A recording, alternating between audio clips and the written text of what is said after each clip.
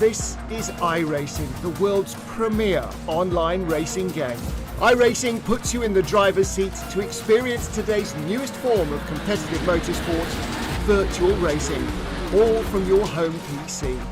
Race virtually in enduro series from NASCAR, IndyCar, IMSA, the World of Outlaws, Aussie Supercars and more. Take on legendary circuits like Daytona, Silverstone and the Nürburgring. Join iRacing's global online racing community and get on track today at iRacing.com.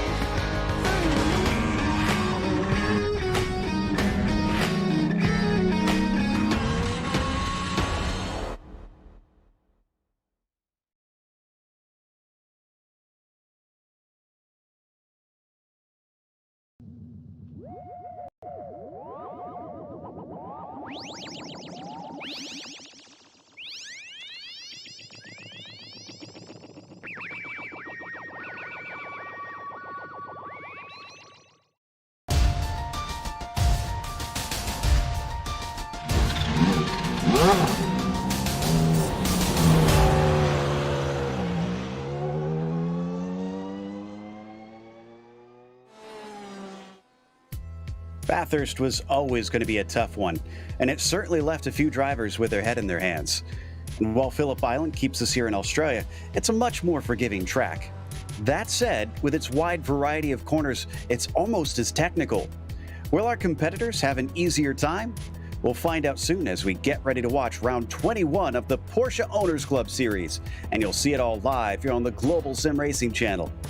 Hi, I'm Joe Peak, and with me in the booth is DJ Clark. Behind the scenes is our director, Zach Johnson, and he's using cameras provided by Dougie Beard. In case our viewers haven't heard of Phillip Island before, we have a handy track guide to help introduce you.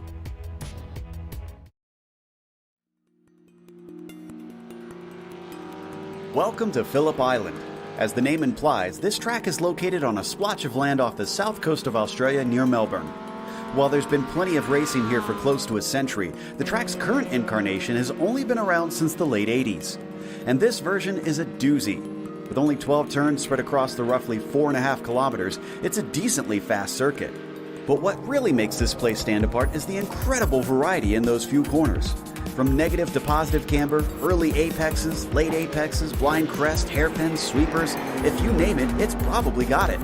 On top of that, the front stretch tends to offer up a slipstream with its incredible length, but it then forces the drivers into a game of chicken by chucking them into the frightening Ewan.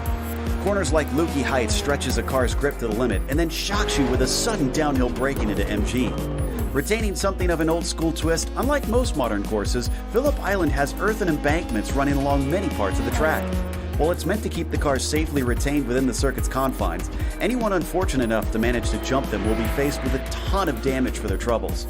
A variety of types of racing take place at the track, including motorcycles, lower-level open-wheelers, and touring cars.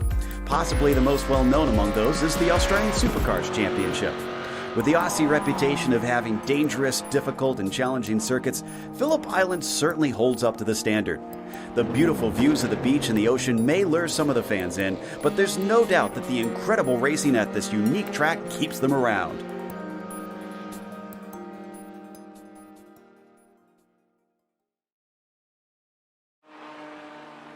Well, DJ, we've got two classes of Porsches here on the track today. How is it going to handle between them? Well, Joe, for the GT1 category, this is going to be a relatively straightforward circuit, or as straightforward as Phillip Island can get.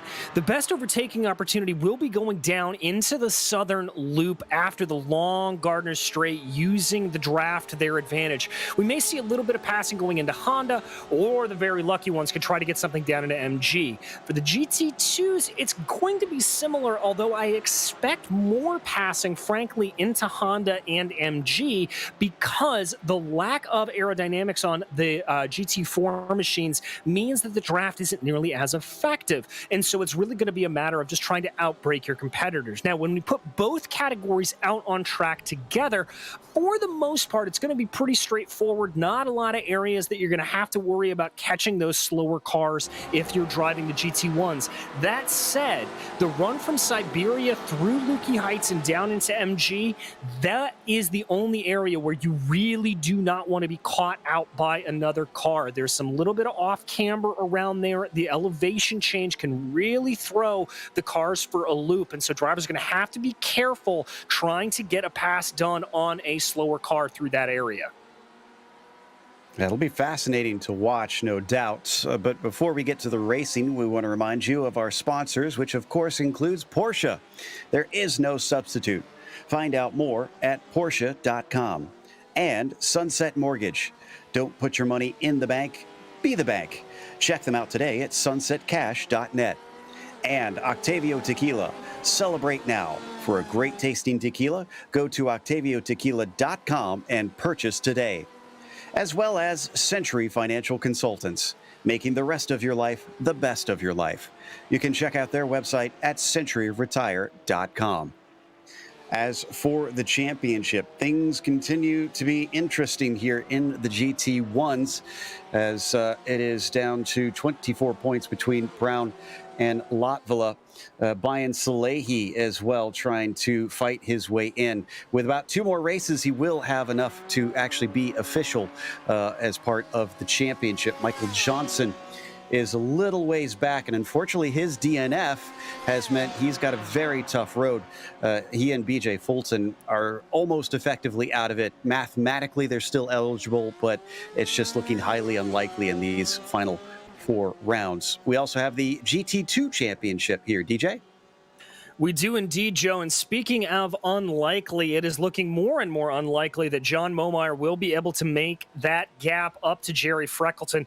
Jerry just continues to have a pretty good run here of consistent finishes, the gap holding at 50 points.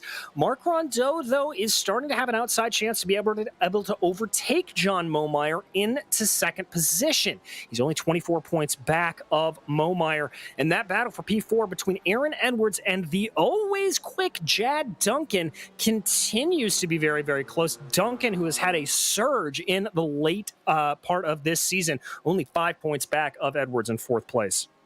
And what's interesting is that Momeyer is the only one mathematically that can overtake Freckleton at this stage because of the drop points. Now, as for today's race, it's the same sprint format we've seen for much of the season with 30 minutes out there on round 21. And there's your 2 different makes of cars that they have in each class. Cayman is your GT2s and the 911 RSR is your GT1s. It is open setup in this series, and the way that they take the setup is going to be interesting because, well, DJ, you were talking about how they have that long front stretch, so you want it to be trimmed out, but what about the rest of the course? There's so many long and extended corners that, as BJ Fulton discovers here, that he missed the corner a bit. You probably want a fair bit of downforce on it as well, I would think. Yeah, you really want a lot of downforce, specifically in that Sector 2 area that I talked about, that sort of sweeping section up through Hayshed and Lukey Heights.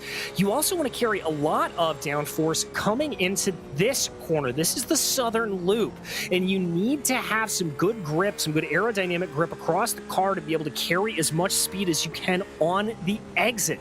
So this is really a compromise race. I think in terms of setup, it's normally better to go with something that is just even keel across the board, as favoring more downforce or less downforce is really going to hurt you in different sectors of this race. Riding with Corey Lotvala, who's currently third on the timing sheets here in qualifying for the GT1s. Brown holds the provisional pole up there by about 0.2 of a second, so he's looking pretty comfortable. He's actually just getting back out on track right now, I believe. Jad Duncan holds the provisional pole for the GT2s. Now, Jerry Freckleton was here briefly, but he is not here currently. We're not sure if he's going to be back for the race itself. If he does not, this will have to be one of his drop weeks, but he still has pocket points to help him out in that realm. Out of MG and now up towards Swan, Latvala try and close in less than 1/10 of a second to get onto the front row past BJ Fulton. Is this going to be a quick one? I'm not seeing so on my lap. Yeah, and yeah, the timing there says on your screen that this is going to be a bit of a slow one. So Latvala continues on around and has about 6 minutes left to try and improve. Yeah, and you saw there that was Aaron Edwards that took a little bit of an excursion coming off of that final corner. Very easy to do around here. Ooh, getting a little friendly there with Michael W. Johnson on the outside of the track. Because when you're coming out of that 12th and final corner here, you want to carry as much speed as you can, take full advantage of it, but you cannot compromise. You cannot sacrifice anything. Corey looking there like he is going to call it a day. So we watch Michael W. Johnson here coming up through Siberia. This is a bit of an interesting corner here, Joe. On camera, you can carry more speed than you think you can through there, but multiple lines to take because it is such a long, extended corner. Indeed, it's going to test the drivers, no doubt. Just so many off-camber turns that are blind, as you can see right here with Lukey Heights, downhill into MG. So you have to be versatile. You have to really be able to handle all different types of entries into corners at this track. By the way, for those curious about the drop point situations, if Freckleton doesn't show up and Rondeau, who is here to try and compete with him Well, Momar, it looks like he is not, unfortunately, so he won't be able to. But Rondo trying to make up some of those lost points, even though he is mathematically out of it. Obviously, he wants to try and catch Momar. Freckleton has 19 drop points. So from here to the end, even if he doesn't show up for the remaining races, 19 drop points will get added to Jerry Freckleton's score in the end. As we continue to watch some of our GT4 cars come around. This is Rondo on your screen in the 171. He's a quarter of a second off of Jad Duncan, who is sitting in pit lane. So he's not able to respond to the 171. We'll see if he can find some pace here. He's not on a flyer right now, though. No, he's not. And, you know, Joe, we weren't really able to see some of the flyers here that were set down by some of the drivers. So I wonder a little bit if that time from Duncan, because it is such a mega lap, maybe had a little bit of a help from a draft of the car in front of him. And that may be why we're seeing Rondo struggling a little bit here. But once we get to the race itself, that's going to prove its own monster. And we'll have to see how everybody handles it. As we've seen several times, like I said, if these guys get caught out a little bit by some of the faster GT1 class cars, could throw things back into Rondo's favor. Certainly could, as we come back to our Castrol liveried machine here. This is, I believe this is Travis Brown that we're watching, our pole sitter, coming around and on to the final couple corners. Just going to try and put himself farther out of reach of all of his rivals. Interestingly, Bayan Salehi, who's been pretty quick for much of the season, is still about almost a full second off of our pole position. And it's not for lack of trying. He's been out in the qualifying for many laps now. But the 15 car just doesn't seem to have it, well, as you can very obviously see, and meets the tires.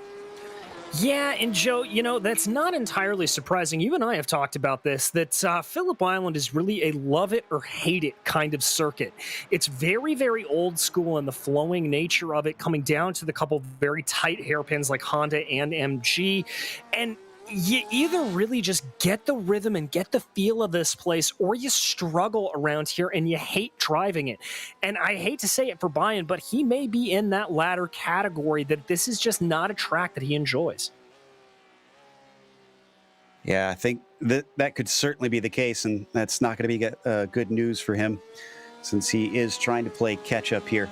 In fact, everybody trying to play catch-up in the GT1 class are going to be disappointed, at least with the qualifying. Race could be a different story, because Brown, our points leader, up on the pole. And Corey Lotvilla, who's second in the points, is still off by about 0.3 of a second. And he's actually taken it to the pit lane himself. So I wonder if Corey is satisfied with what he's got, because he's not able to set another flyer as it stands. So we've just run out of time for him to be able to get back out on track. In the meantime, a few drivers starting their last flyer here in a moment. I see Bayan Salehi going to be the next one across himself, as he's just come out from the pits. Yeah, so Bayan, they're not going to be able to set a time more than likely, but he's just going to go out there and just try to get a feel for it. Like I said, you want to feel the rhythm as much as possible on this circuit and get it down and try to really get it here. He'll cross over the line, though, so he will have time to complete this flyer. Bayan's going to be hoping for a better time here. Let's see who else is coming across. I see Shulam up next. He's last of the GT2s. And the 371, this is on board with Salehi, coming out of the southern loop down towards Stoner. And Honda, looks like Shulam was not able to improve that time. And then Rondo up next in the 171. Ooh, and way wide for Salehi at the Honda hairpin. That is not going to help his chances of trying to improve his position. Rondo starts the final flyer, not able to go quicker that time. 2 seconds, 1 second, and 0 for Michael Bolton, the first to take the checkered flag. Does not go quicker than his 5th place, it looks like. BJ Fulton is up next. He's second. He's trying to find the pole position. This is going to be a big one here, and 28.3 is not going to do it. He will stay in second place. Michael Johnson up next. Yeah, Michael working his way there out of those final two corners. Michael's going to call it quits coming on back into the pits, and let's see here for Salehi, what's he got underneath him? The 15 car really needs to be farther up the starting order, and it's not quicker. So he'll start from last of the GT1 class. And I think Jeffrey Shulam is the next one across, and the only other one that we can see across the line. Otherwise, the qualifying is finished here for everybody in today's race. Let's see if the 371 can get off the final step down in the GT2s. Here he goes across the timing line. No, it's not going to be it. He's a 10th off of his best. So that wraps up our qualifying here today for round 21 in the Porsche Owners Club Series. And Travis Brown manages to take the pole. Now, that is not any bonus points for him. That is just for track position here at the start, but that could be important today. BJ Fulton will start next to him, and then Corey Lotvilla will start from P3. It is Michael W. Johnson who will start from fourth, and rounding out your GT1 field, it is Brian Salehi in fifth. Starting off in the pole yet again for those GT2s, it's going to be Jad Duncan, followed by Mark Rondeau, with Michael Robon and Aaron Edwards making up row 2. Michael Bolton will be starting off in fifth, followed by Jeffrey Shulam. Jerry Freckleton, still a no-show here out on track. And Cotter Bloom in the same role there, just unfortunately have not seen him out, so we're expecting him not to take the grid unless he pops in right this second, basically. We're going to have a pace lap to try and work our way around and familiarize ourselves as well as the drivers. But before we do that, let's take a look at the weather. It's a beautiful day here out in Australia with only 75 degrees track temperature on the surface, 72 air temperature, and a measly 2-mile-an-hour wind early in the morning just before 8 a.m. virtual standard time down under. So the drivers at least have that going for them. And though this isn't a terribly large grid, like you were saying earlier, DJ, the mix of traffic with the differences in lap time should certainly keep the drivers on their toes.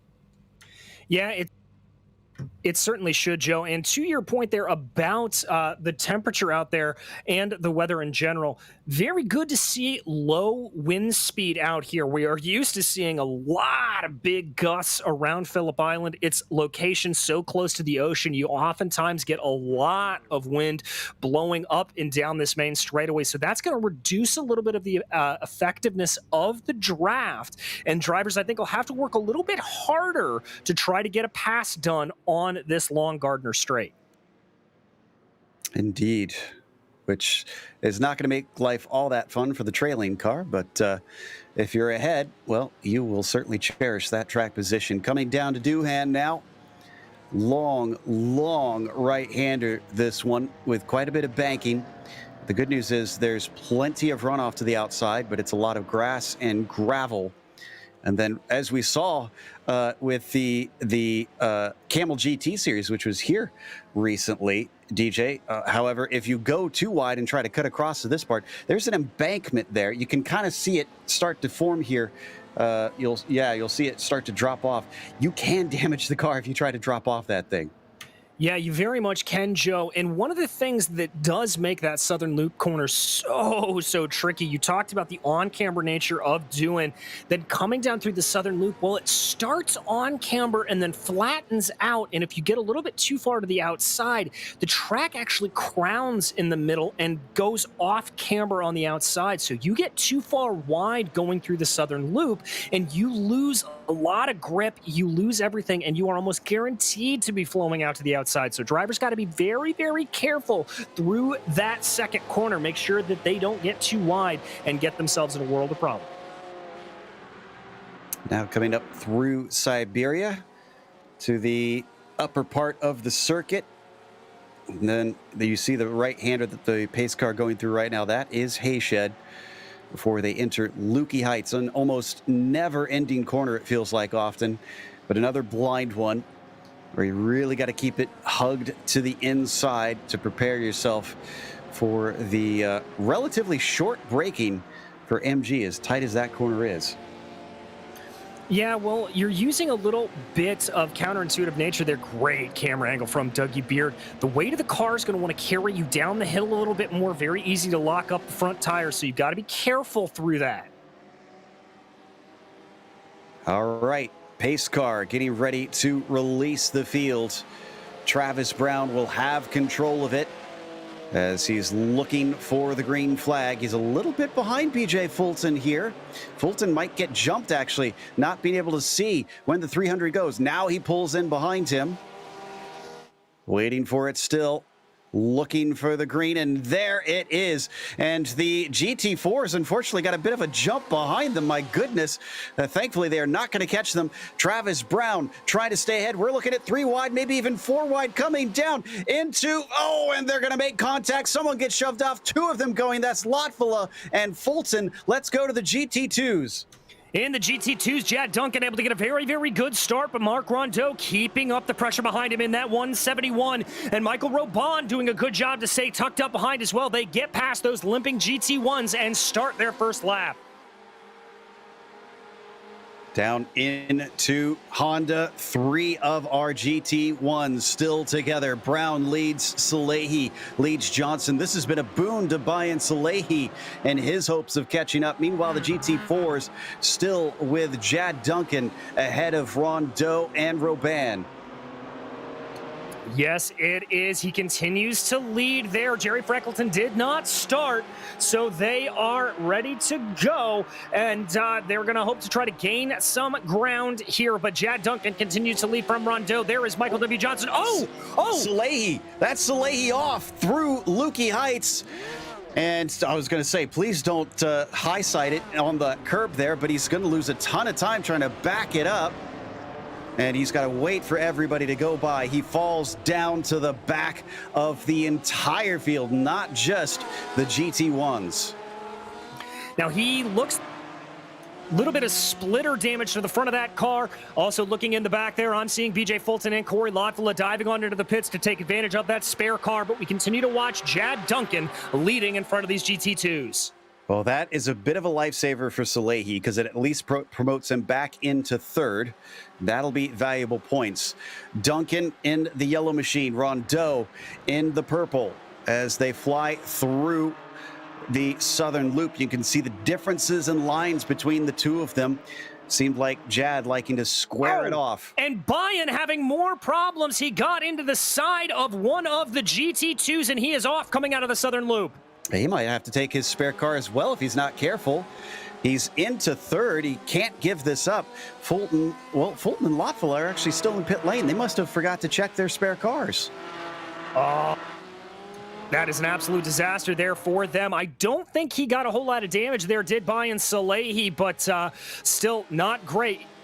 Yeah, there you can see it. That splitter actually looks relatively okay on the front of the car, and not a lot of damage to the left side there where he made contact with, I believe, Michael Bolton. Oh, Michael Johnson just went off, and Lukey Heights, and unfortunately, unlike Salehi, he hit the wall. He was not able to keep it safe. It happened on the right-hand side of the car. Not going to be able to see it from this angle. We can see a little damage, I think. There, yeah, there it is. He's going to keep on going, so he doesn't park it, but that allowed Salehi to close in a little bit, who's actually just now catching the GT2s. Yeah, and there you can see him trying to weave his way through that, and that is a battle right there for third in the GT2s. Rondeau and Duncan have been able to stream away. Now that is Bayan on his way and on his way through. Things have fallen apart in the GT1 class, but the GT2s do still have plenty of action. As you can see here, that is Robban on the inside of Edwards. Behind them, Bolton giving watch, but slips up a little bit, cutting across the nose of Edwards. Robban now has himself into third. So this is for the last step on the podium. They are about 5 seconds behind Rondeau, and Jad Duncan even farther ahead of them, taking it a little bit too deep. Michael has to catch it. Edwards has another think about trying to challenge, but falls back in line. Yeah, it's very tricky to get a pass done through Siberia. You just don't really have enough speed built up because of the back-to-back nature coming from Honda into that corner. Ooh, that's Michael Bolton looking a little bit aggressive, though, as we climb up the hill here through Hayshed. Is he maybe going to think about having a move into MG? Takes a wider apex there through Lukey Heights. He's going to have to be very aggressive. He dives to the inside, thinks about it. The car's wiggly under braking, but he goes for it. Edwards left the door open. Oh, but he's going to power around the outside, and it's two left-handers here, but he can't quite get the power down through the inside of the corner. So Bolton will be back into fourth, but all that messing around between the pair of them has allowed Robon to just streak away. And Brian Salehi's in the pits. He's taken a tow. Something has gotten really wrong. I'm not entirely sure what happened to him there, Joe. We'll have to go back and check it. But there you can see in that GT2 category, Jad Duncan continues to lead from Rondeau. No, it was a wreck from Salehi out of Swan Corner if we're going to get a replay. And he should have still had a spare car, but for some reason elected not to take it. Here it is, coming off the corner. He's going to get loose. It snaps, and at those speeds, it's gonna be a decent-sized accident. Well, that was a small tap at the wall, though. Yeah, but you can see some pretty hefty damage to that rear wing, and it's pretty easy to do that there, Joe. I talked about how much you want to maximize coming out of Swan, really make sure you get that corner correct, and if you get those right side tires off into the grass, the car just completely loses grip and breaks away from you. Well, Travis Brown doesn't seem to care at all about this. He's about 10 seconds ahead of Michael Johnson and is continuing to run away from everybody. Fulton and Lotvilla are back out on track, but they are they a lap down? They're close to a lap down, but they're not fully a lap down. So they might actually lose that before this is over unless they've got pace over Travis. In the meantime, this is our leader in the GT2's Jad Duncan, who unfortunately for him is not able to stretch away like the 300 car. Rondeau has brought this down to about 0.6 of a second and is continuing to close. Yes, he is. Just some good persistence here from Rondeau. Now, they do have a gap of about 8 seconds back to Michael Robon in third, so they don't have much to worry about in their rearview mirrors, and that's good news for Mark Rondeau. He can just put the pedal down and try to focus ahead. He's got the gap. It hovers at about 8-9 of a second as they exit through the southern loop. So he's got to get a little bit closer. Seems like the southern loop, not his strong suit. Unfortunately, breaking down into Honda. Wonder when they're going to get caught up and start being lapped by our GT1s. Looks like they still got a couple laps, actually, before they catch them, so they can focus on theirs together. You see Brown just coming through Dewan, whereas Jad Duncan is actually heading up to Hayshed right now. Yeah, so they'll have a little bit of time to breathe there before they do it. Also, a little bit strange, they will have BJ Fulton and Corey Lotvilla that will come through first, potentially, as those two cars are out of the pits, and they are farther ahead on track than actually your leader in the GT1 category. Yeah, and they won't get blue flags because they're on the same lap as our GT2s. So that'll make it extra scary for them. They're going to be just blasting by and at a high rate of knots. The GTE class that these RSRs are a part of versus the GT4s that the Caymans are from is a drastic difference. There's immense speed between them. So they really have to keep their heads up once you see Fulton start to catch them, which I expect will be within about a lap or two. Yeah, as do I, Joe. And the thing is that it's, you know, in some categories that we've covered, the top speeds are relatively the same between the cars, and it's the amount of downforce in and the cornering speeds that make up the difference. But the truth is these GTEs, the GT1 class here, they have so much more horsepower and so much more downforce. They absolutely blitz these GT4s. And so they have got to be very, very careful because that speed differential is absolutely terrifying. It is indeed. And looks like Fulton is starting to approach Schulem, who is currently last of those GT2s. There you saw him, just a hint of him flash across your screen as we watch the gray and yellow of BJ Fulton. There, yeah, there is a good look at the distance between the pair of them and the lap times between them as well. You're looking at a difference of about 12 seconds. So he should be right up on him about, well, now. Yeah, indeed, there you see it. He is right up behind them, and as you said before, no blue flags, though he'll just have to get by the old-fashioned way. Pulls up behind Schulem, right to the inside. That's a little bit more of the downforce coming to fruition there. Now he's going to come up behind Michael Bolton, and there he goes. Excuse me, it's Aaron Edwards. There he goes on by. Yep, Bolton's the next one up for him as we ride on board with BJ. And did something happen to Travis Brown? Trying to see, we're getting information that he may have had a little bit of a hiccup, and I'm trying to check to see. But I'm not seeing anything, so that may have been a false alarm for that one. Fulton now passing Bolton and Robon. So he's past that group. Then he's got a little bit of a break before he gets up to P1 and P2. Yeah, a little bit of a time, so he'll be able to breathe there for a minute, and he'll be very happy about that as they keep going along. So now down to 20 minutes left in this race, almost 19 minutes already. So we're a third of the way through. And we've yet to see our overall leader lap them. Well, take that back. Travis Brown is just now coming up to the back of the field. Now, we had a scare with what we thought was maybe a hiccup. This will potentially slow him down a little bit, but he's got an 11-second gap. So Brown can afford to be extremely patient here. Yeah, he can. He doesn't need to push his advantage too hard here. Just needs to see where things are going to come into his own at this point. Goes easily past Schulem and Edwards. Bolton in front of him. And he's going to look to cut underneath there off of Swan. So that's an easy one there for Travis Brown.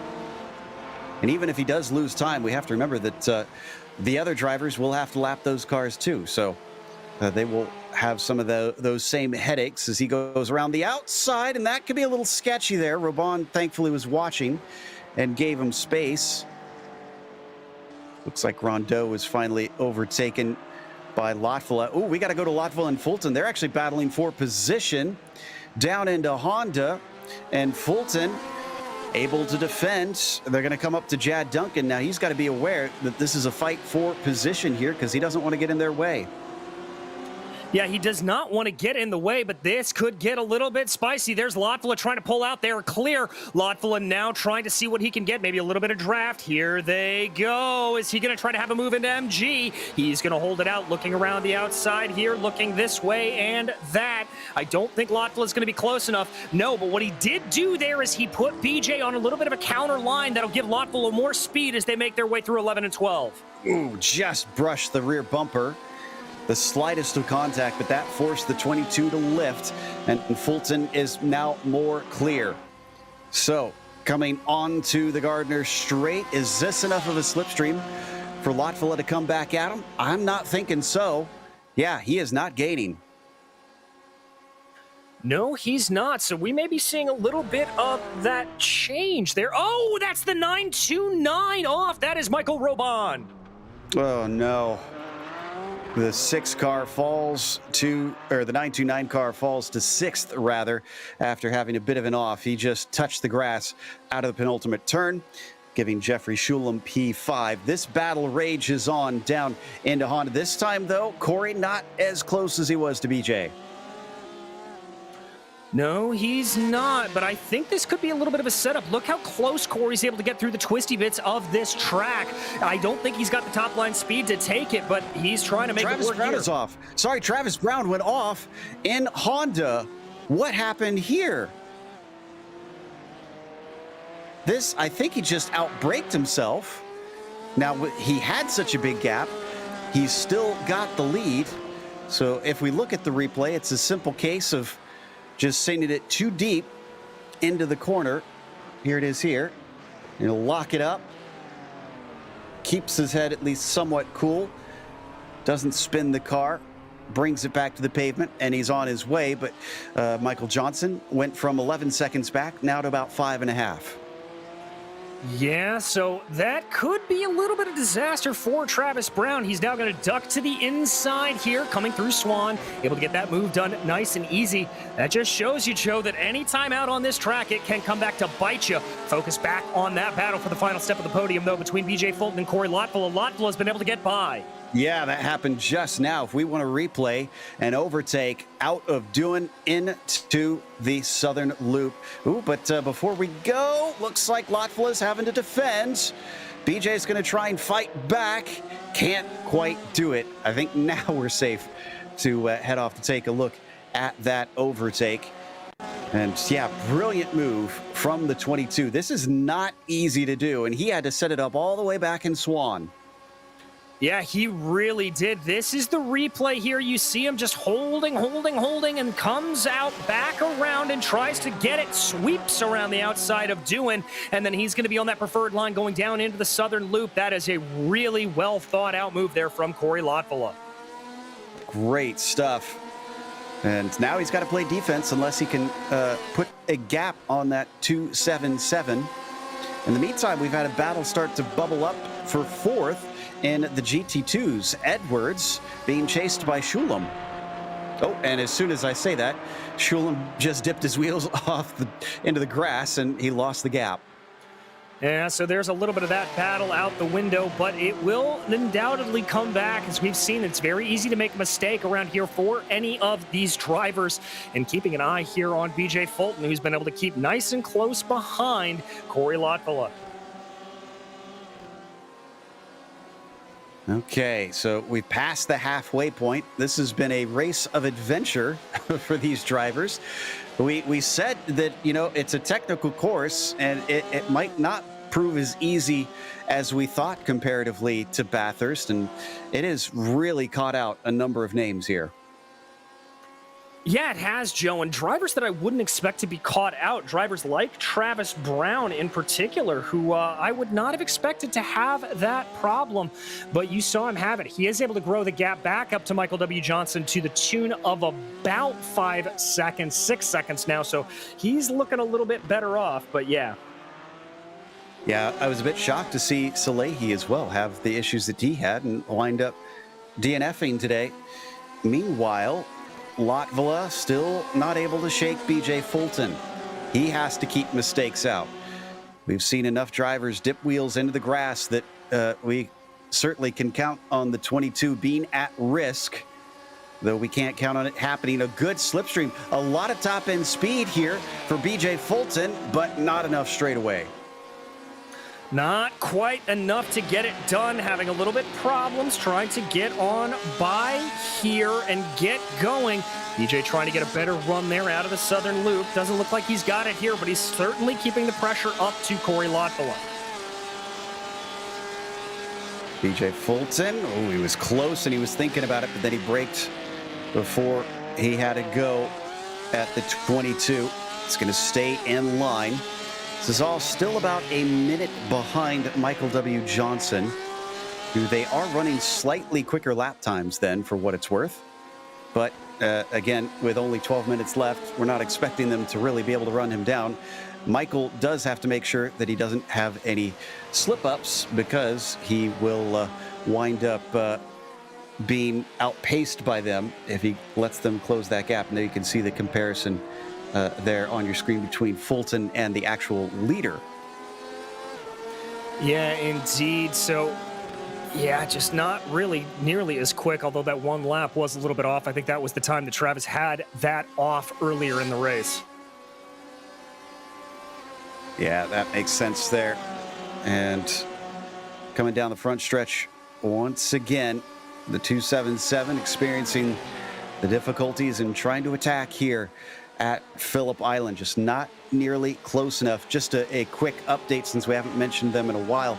Jad Duncan is still the leader in the GT2s, and he has about 5.5 seconds over Mark Rondeau. He's been cruising. Yeah, he really has. He's been able to grow that gap out. And remember, we were following that earlier. It just looks like that he has been able to find that rhythm. Has Jad Duncan just get into a good groove here and keep on going. Yeah, there you see the yellow number 83 on your screen. Getting ready to start lap 13. And I think they were lapped before the halfway mark. So I want to say that Travis should be able to get back around to them before this is over and put them a second lap down. There is Travis right now, up past Siberia and into Hayshed. Whoa! That is the 929 having another excursion once again towards the end of the lap. Great job keeping that from winding up like Salehi did and into the wall. But he was bouncing around in the way that I think the old Porsche rally cars would have been jealous. Yeah, that definitely looked like a little bit more of a rally here in Australia than that. Whoa, but here we go. This is BJ Fulton trying to challenge on Corey Lotvilla through the Southern Loop. Side by side, and it looks like Corey's going to hang tough.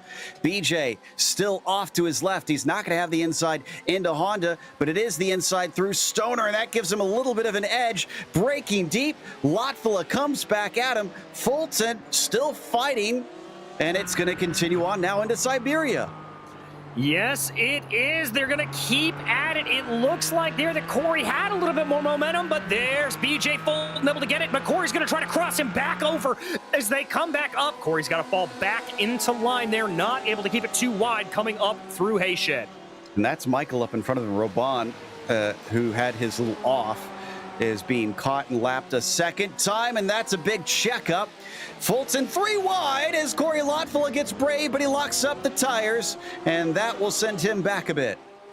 Yeah, he's going to have to regather it up back up here, but under 9 minutes to go here in this race. He's certainly got time. We've seen speed out of that number 22 machine, but he is now falling back to the tune of about a second, so he's going to have his work cut out for him. I tell you what, though, these guys are having fun out there. That was a scary move, but great stuff from all of them to keep that from becoming an accident. It's too bad it didn't give a pass there to the 22, as Michael Bolton had just had it off in the Southern Loop. Yeah, just carried a little bit too much speed there through the Southern Loop and saw that red 127 Porsche go out wide. That is going to be, he's now going to get in the middle of that battle between BJ Fulton and Corey Lotvilla as Lotvilla continues to try to close. And man, Schulem, after qualifying dead last of his class, is up to fourth just by holding it together. Just goes to show you sometimes slow and steady does win the race, and that's what Jeffrey Schulem is trying to prove. He almost closing down a little bit, at least he was on Aaron Edwards, but falls back a little bit there courtesy of those cars. Schulem just seeing what he can do with that consistent pace. Oh, and almost contact there between Edwards and Lotvilla. He gave just enough space at the apex down through MG. Aaron probably sweating after that. He doesn't want to be the next one to lose a spot to Jeffrey Schulem. No, he does not by any stretch of the imagination. But Schulem very much trying to close in. If he can keep this up, Joe, he's been a little bit faster the past couple of laps. He may be on for a podium here. Yeah, you're right. That is some fascinating developments. And let's see. I was checking to see if we're getting lappers here soon, and yeah, it looks like Travis Brown within about a lap is catching up to Michael Robon, and then up next it'll be Bolton as well. Yeah, so there they go around. That is your leader getting by Robon as they come out of the Southern Loop. Easy pass for him. With only 10 cars left on the track, it's at least been somewhat nice lapping traffic here for our GT1s, not having come across them too much, and they can certainly give space. You can see just up ahead out of some of these corners the red number 127. There he is right there, and now we've hopped on board with him, looking over his rear wing. Indeed, you can just see that car kind of closing in like a shark, coming on with a lot of speed. And there you can really see about that aerodynamic differential that I talked about, just how much more speed those GT1s are able to carry through that sweeping sector up through there. So if that's a shark, maybe this is less mission winnow and more mission minnow. In fact, he's going to get swallowed up pretty quickly. No, he's going to break just before they get to Swan and going to take him on the exit.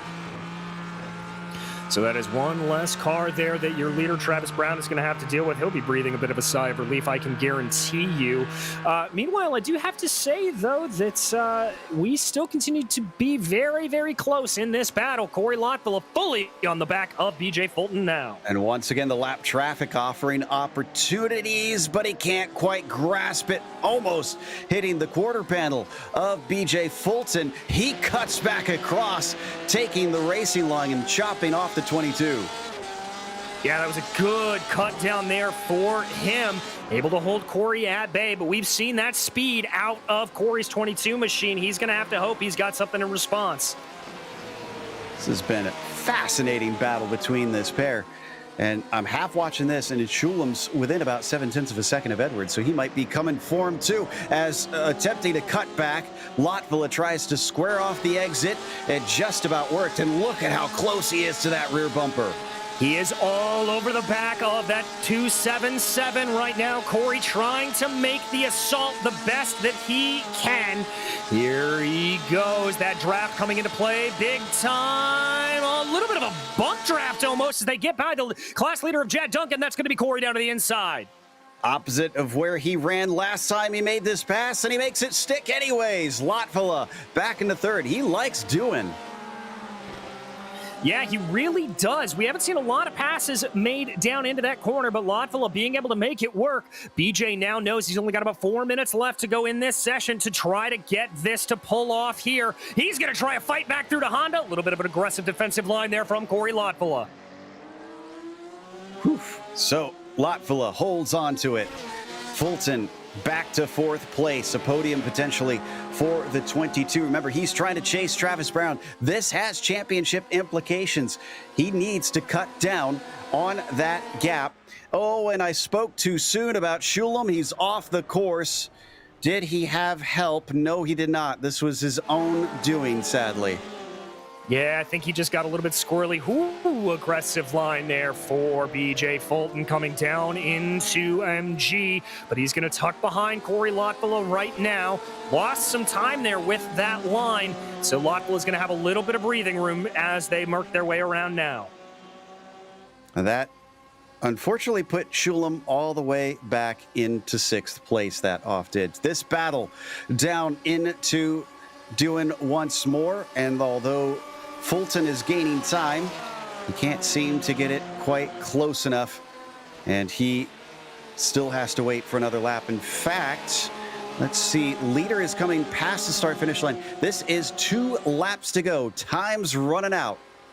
It is indeed, and there is your leader, Travis Brown, as we continue to watch this epic battle for the final step on the podium. Here comes Fulton, thinking about the outside again, getting elbows out there is Corey Lotvilla. He's not going to give this one up easily. Battle for the last step on the podium in the GT2s has been brewing as well, but it's not as close as this. There it is on your screen. 0.4 of a second between Edwards and Bolton. Yeah, that's going to be a battle down to the line, I think, between both of these cars. Very lucky to see some good fighting out there, both trying to get that last step on the podium and work their way up into the booth with us. As there you see Bolton trying to close in as BJ runs wide on the exit of MG. Is that the end of the fight? Is that what will rob him of a chance at the podium here today? Because this is 2 laps to go as they cross the line now. And then Brown's going to get the white flag just behind them by about 30 seconds. There you see him through MG right now. He's approaching our GT2 leader and keep him from having to do an extra lap. Yeah, so he'll hope he won't have to do an extra lap there. Jad Duncan there. Is he going to lift to let him by? Yep, there he goes. All right, so white flag here for Travis Brown. 1 lap to go for both of your leaders in your shot right there. But interestingly, Brown will not catch, at least as it stands right now, that battle for third between Latvala and Fulton. So they'll get 1 more lap by. They'll get the white flag here in a bit. And Aaron Edwards, who is also getting the white flag just now, has to survive for just another couple miles, another 2 3/4 miles.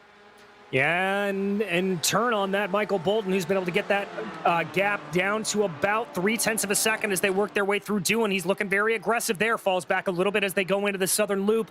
Now starts to apply the braking. Not sure if he's going to be able to get it done or not. Oh, this is going to be tight. He's going to have to make something good out of Honda here. He's mighty close. And does he show his nose? The 5, will he defend into the corner? No, he's going to leave it open. Tries to get to the inside of him and is going to take the apex away. And that is going to move Bolton up onto the podium. But the fight continues into Siberia. And unfortunately, we're going to have to cut away because Travis Brown is going to take the win into the GT1 class here for the 21st round of the Porsche Owners Club Series. And behind him, it is going to be Jad Duncan who's able to get that win there. But we've got to focus on this battle because they are side by side coming up through Hayshed and now into Lukey Heights. That is Bolton in the red, Edwards in the blue. Almost contact, and that is Bolton off. Bolton sliding through the kitty litter. Oh, and that means Edwards takes the third back. And yes, Duncan taking the victory here in those GT2s. But Edwards just managing to bring it home to spray the champagne in that 5 after starting 6th overall. 10th overall. Whoa, he spun! And Edwards has spun. Can he get it to the line? No, he can't. Bolton snatches it up at the last moment.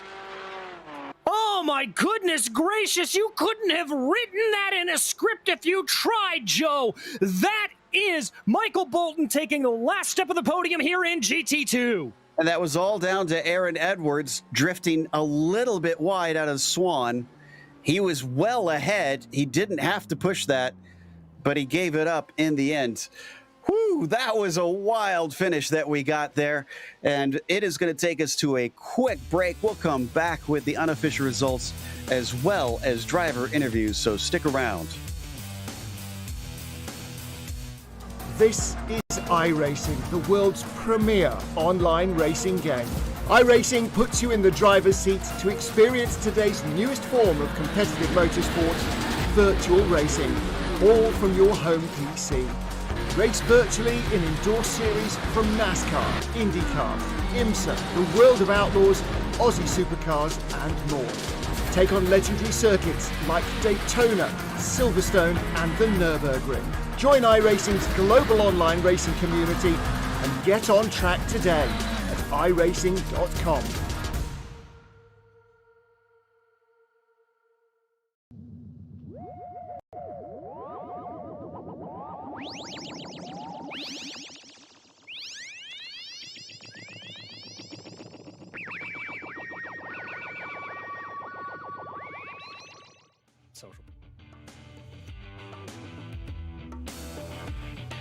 Welcome back to Phillip Island. Round 21 certainly gave a lot of action, especially right down to the end. But there wasn't a whole lot of action for Travis Brown, other than a few slip-ups going off track. Travis still managed to claim victory, and by a full 12 seconds over Michael W. Johnson, who rebounded from his DNF last round to at least a podium today. Corey Latvala was the one that took third. He had to fight hard with BJ Fulton for that, who BJ, unfortunately, a little bit of contact early on, was one of those that had to come in for an extra pit stop and was only able to do fourth. And then we already head off into the GT2s. Indeed, and in those GT2s, it was Jad Duncan that was able to take a commanding win over Mark Rondeau. And Michael Bolton coming to the line with the spin. from Aaron Edwards, able to take that final podium position. Behind them, it was Michael Robon and Jeffrey Shulam, who was unable to close in on the back of Robon, courtesy of that spin mid-race.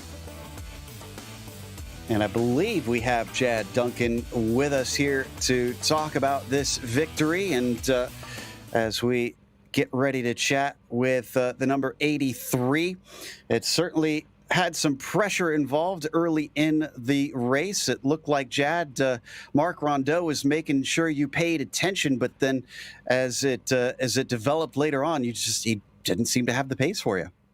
Yeah, that was a fun race today. The first corner was a little scary. I saw the 3 RSRs going wide, and I knew that was going to end poorly, so I backed out of it, and Mark got right on my bumper and held it for quite a few laps. Indeed. Well, this has been a wild one for everybody else, but for you, it seemed somewhat calm, at least, trying to just bring it home. In the end, with the distance so great to a lot of the drivers ahead of you, you're just going to continue to try and snatch up these wins? That's about all I can do. I don't think I'm gonna be one race short of qualifying for the season total, but just getting a feel and looking forward to next year when we go to all the same class car. Because unfortunately, I did a few races in the RSR and then I switched to the GT4, so I'm kind of in no man's land. So just race for the wins. Exactly. Well, once we switch to that overall, everybody in the same class, do you feel like you can continue to try and fight for victories like this? I don't know if I can get the victory. I should be able to get somewhere near the podium, though. We'll see how it goes. I'm just kind of getting the feel. Been doing this for a little over a year now, and it's beginning to come to me, I think, how the cars feel. So when I switch to a new one, we'll see how that goes and see how the competition is in the other class. I don't really know for sure. Well, we'll cross fingers for you, and we'll keep an eye out for you. Anybody you want to thank for today's victory? Just the whole crew that puts all this on, and you guys, because it makes it more fun. Improves the sim. So thanks to GSR and POC. Great stuff there. Thank you very much to Chad Duncan as well, our winner in the GT2 class. And I believe we have second place in the GT2s, Mark Rondeau with DJ. We do indeed, Mark. A pretty stout challenge there at the beginning with Jad, and then you kind of just looked like you were running your own race out there. But talk to me about Phillip Island. Great track, a lot of fun. Jad had incredible pace. I mean, he turned a 34.9 in the race, which is flying. I was doing steady 35s unless I got in traffic, and he just kept, moving ahead a couple of tenths at a time. And I didn't want to push too hard and give up second place. I had a nice, comfortable gap. So I just, like you said, I just ran my race. Well, when you're coming in on a driver like that and seeing as many drivers as we did today having incidents coming off track, do you have to sort of like refocus your mentality a little bit and just go, okay, I just got to get through this one? Yeah, it's, Jad's going to do his thing, drive my own race, don't make a mistake, don't drop a wheel, keep your pace up and see what happens. And, all I could do was hope he made a mistake. He did, and he ran a great race. Fortunately, I didn't make any mistakes either. And I ended up in second place. I'll take it. There you go, my friend. And we focus our eyes 2 weeks ahead here to another sort of lesser known circuit that's gotten some good popularity as a result of the sim, Summit Point. How do you think that's going to go? That's going to be fun. It's tight, lots of turns, not real fast, but it can be challenging, especially if we start dicing around there. Anything can happen.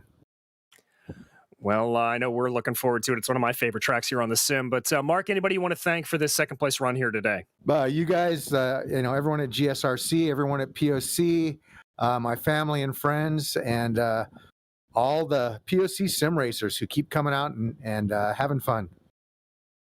Well, thank you so much. That was your GT2 second place finisher, Mark Rondeau. And now, Joe Peak, I believe you have caught up with our overall winner and GT1 winner, Travis Brown. Indeed. And Travis, much like we saw with Jad Duncan, didn't have much to look at after the first couple laps. Once Michael fell off there, what did you do to keep focused, bud? Honestly, I was losing focus a little bit. I had been off myself as we were chatting over Discord, and I wasn't paying as close attention as I should have. So after that, and I tried to push back a little bit because Corey and BJ were bragging on me that they were gapping me after they got their cars repaired. So I was like, all right, we can't have this. I got to focus a little bit. But it was, a bummer because we were all pretty tight for pace. I was looking forward to it, and this was a good track. We could have had some good wheel-to-wheel action, but yeah, just sorry it worked out the way it did. It unfortunately stole a bit of the show on that end, but you lost 10 points to Lotvilla last time around. This time, you're going to gain, I believe, those 10 back, if I'm seeing, actually about 8 back, I think, based on the finishing orders. So that extends your points lead coming into now 3 rounds to go, and we're into effectively where the drop weeks start to really play a part in things. So that's got to make you feel pretty cozy up there. Yeah, unfortunately, it does. I feel good for sure, but Corey and I kind of already have our drops spoken for from earlier in the season, where there was 2 races that I didn't even get to do, and then 2 where I had like a 2-point finish. So don't really want to have to count those. But yeah, so it'll come down to neck and neck, and we're still tight. So I'm looking forward to some good racing the rest of the season. No doubt about that. Now, with it happening, the wreck happening on the lap 1 here for today's race, and knowing we go to Summit Point next week and they have that hairpin first thing, does that make you a little nervous? Are you trying hard to get pole again next time so that you can scamper away again? Absolutely. Yeah, I really want that inside line. If I'm not first, I would definitely prefer third over second. That's for sure. So, but yeah, definitely pole's the goal. All right. Well, congratulations on another win. Anybody you want to thank for this one? Yeah, I got to give kudos to BJ. He was my running partner this week. We did a bunch of the IMSA races as practice, and found ourselves in the same open lobbies a bunch. So it was a good time. That sounds like a good time to me. Travis, again, thank you and congratulations. That was our winner here in the GT1 class for round 21. I do believe that DJ has caught up with Michael W. Johnson, who unfortunately gave away a bit of a chance to try and fight for that win, but he still collected valuable points. You did indeed, Michael, a second place, but not second place without some incidents along the way. But how was the race out there for you? Boring, I guess, except for that wall. But I'm sure it was really exciting for everybody else. But once I hit the wall, that threw me about a second, 1.2 off my pace. So I had no chance to catch Travis. I just caught some wing wash going into Stoner, and well, the rest is history. Well, obviously you were able to recover and come back from that. Any sort of advice you have when you have that sort of off, let us call it, coming through there when you have that incident, just on how to regather your thoughts? Well, I had to just refocus. First thing I needed to do was make sure the car was okay. And I'm sure if you guys were on it, you were probably wondering if I was about to make that dive into the pits. I actually went back and looked at the replay to see the damage, and it doesn't look that bad, but it really is bad because it had me about a second, like I was saying, a second, maybe a second and a half off pace, which was really frustrating. But knowing what my gap was because of the lap 1, turn 1 incident, I felt pretty comfortable to stay out there. And we were actually talking over the radio of, I'm just going to sit here and be Max Verstappen and let you guys catch me, but not pass me. I love that mentality, my friends. Well, we talked a little bit about going to Summit Point next, a little bit of a similar track, a little bit different, but how do you think it's going to go? It's a double-edged sword. I'm a staff instructor at Summit Point, so expectations are that I will run away with it, like Travis did with this race. But I've learned that the talent in this particular pool is far too good, and I can't. There's no way to just say, "Oh yeah, it's a home track. I'll get it easy," because honestly, the talent of these guys in this league, it's going to take everything I have and a little bit of luck too. I mean, I know some tricks and I know how to pass it every single corner, but they're fast and they're good. So yeah, I'd love to win it, but I need that solo win for the season. I still don't have a solo win. Got the enduro that I did with who did I race with? But yeah, the enduro at Auto Club, which was great, and Teddy and I had a brilliant race. But I really want that solo win, and I'm hoping that'll come at Summit Point. Well, we'll be crossing fingers for you, Michael. Anybody you want to thank for this second place here today? Obviously, my sponsors, Truffle Shuffle and Fix Vodka. My girlfriend for putting up with me over the past 4 weeks. I've been pretty much gone all the time. I just got my PADI Dive Master certification, and I'm actually a little tired of being underwater and ready to get back into a race car. And beyond that, of course, you guys, you do fantastic broadcasts, and Porsche Owners Club for putting up with people like me. We're more than happy to, Michael. That was Michael W. Johnson, your second place finisher in GT1. Now, Joe Peak, I believe you caught up with the third place finisher, Corey Lotvola. Indeed, and Corey gave us plenty of action to watch there at the end. You and BJ put on a show, and not only was it, I'm sure, fun and exciting, but you gathered valuable points to try and keep Travis honest in this. Yeah, it's so funny. If BJ and I get hit off the track, we still race. If we don't get hit off the track, we still race. We always find each other on the track, and we always have a great time because we always practice together, and we know what each other's gonna do. So we can kind of battle pretty hard with each other, and know we're not gonna get into each other again. Yeah, well, speaking of which, on that first lap, the 3 wide situation, have you had a chance to go back and look at the replay at all? And is there anything you do differently about the start in the further races that we have coming up? Oh man, I should have held the inside a little bit better, but I did not think Brian was going to go for it. But when he did, I was like, "Oh, this is happening right now." And then he went off in the grass and kind of came back into me, and it just like hip checked me right into BJ, and then. We both, BJ and I both cut the track right there because we didn't really have a choice. And we go into the pits and we have a 40-second penalty for cutting the track. We're just like, oh, this can't get any worse. Oh, so that explains why you guys sat in there. We thought maybe you took spare cars or something. But we head off to Summit Point next week, or 2 weeks from now, rather. How do you figure your chances are against Travis at a track like that?